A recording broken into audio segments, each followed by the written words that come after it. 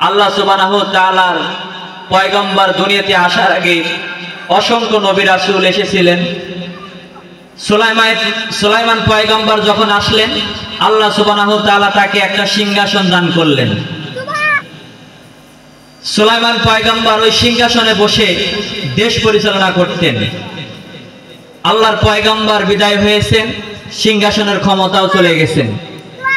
আল্লাহ সুবহানাহু ওয়া তাআলা মুসা কালিমুল্লাহকে আল্লাহ পাক রব্বুল আলামিন একটা লাঠি দান করলেন। এই লাঠি মুসা কালিমুল্লাহ জমিনে ফেলে দিলেই সাপ হয়ে যাইতো।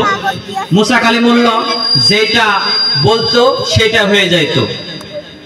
কিন্তু মুসা কালিমুল্লাহ চলে গেছেন, লাঠির ক্ষমতাও চলে গেছেন।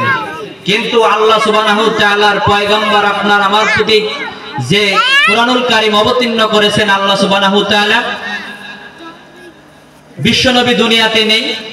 আল্লাহ সুবহানাহু ওয়া তাআলা এই সুন্দর একটি মুজিজা তার উম্মতের জন্য আল্লাহ সুবহানাহু ওয়া তাআলা জিন্দা রেখেছেন।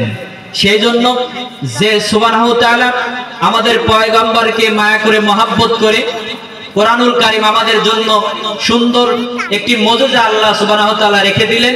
সে বিশ্বনবীর প্রতি দরুদ ও সালাম সোনার মদিনায় পৌঁছে দেই। সকলে বলি সাল্লাল্লাহু আলাইহি ওয়াসাল্লাম।